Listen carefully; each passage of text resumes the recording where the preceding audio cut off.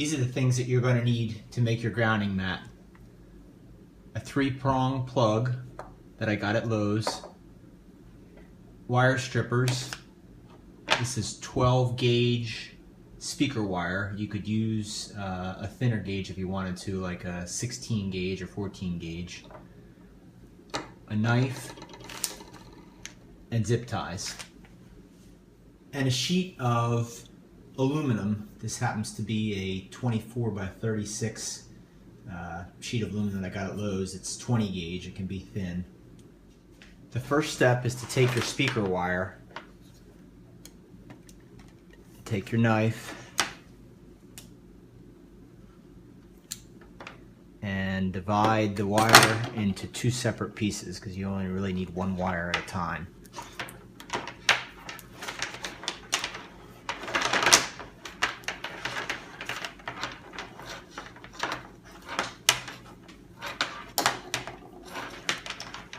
I happen to cut this piece at 6 feet. You can make it whatever length you want.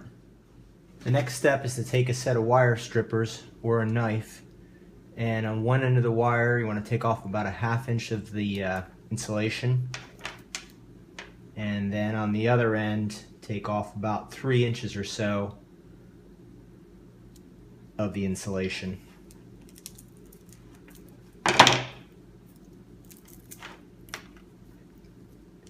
What I do is kind of twist the wire so it makes it more straight and rigid. When you're stripping off the long end, the 3-inch end, sometimes you have to take a knife and cut down the insulation lengthwise to get it off. Sometimes it's really hard to pull. The next step is to grab your plug. In this case, this one just unscrews to get to the inside of it. Some of them have 2 screws that you have to take out to get the inside. You want to take this end and slip it over the wire first, and then you're going to locate the ground of the plug. You can see there are 2 flat blade and then 1 round single. That's the ground, and screws inside corresponding. In this particular case, the ground is green in color. So you're going to take your wire and slip it underneath the ground, and then tighten the screw with a screwdriver as tight as you can make it, and then take the cap and either screw it back on or put your 2 screws back in. The next step is to take the other end of the wire, the 3-inch end, and tie just a simple knot in the wire.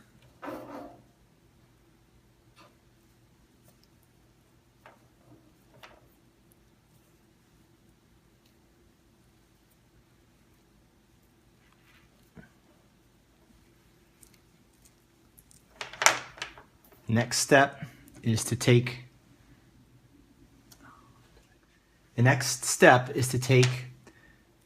zip ties, and the first one you're going to feed through the hole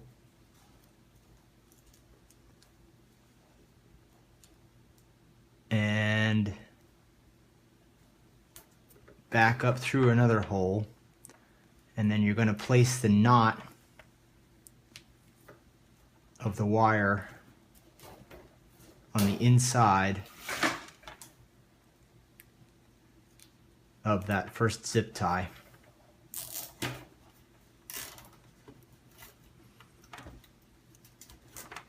And if you're using wire or wire that doesn't have holes in it, you'd have to drill holes in them. Then you take another zip tie and you're going to work your way down the wire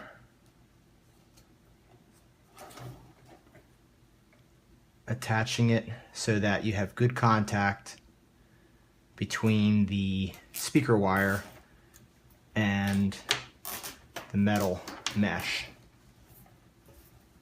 So then you just keep working your way down until you have the entire thing locked in and touching tight.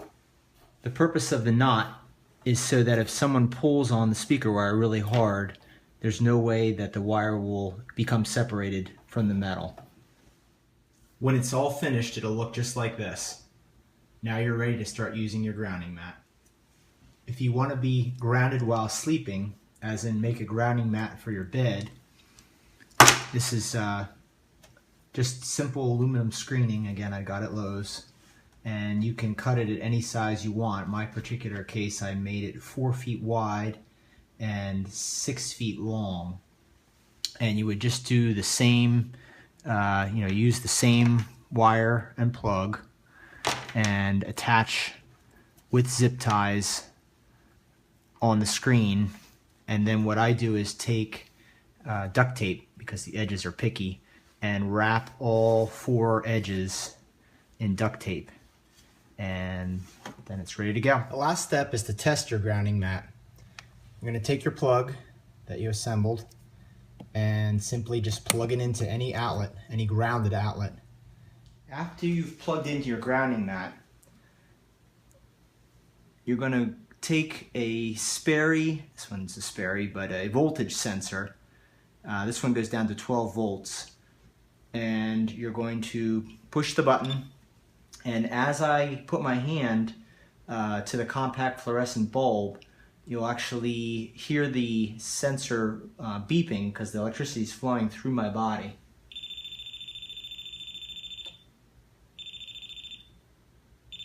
So now, as soon as I step on the grounding mat, it stops beeping because the electricity is no longer flowing through my body. It's flowing to the ground. And that's it, so it works.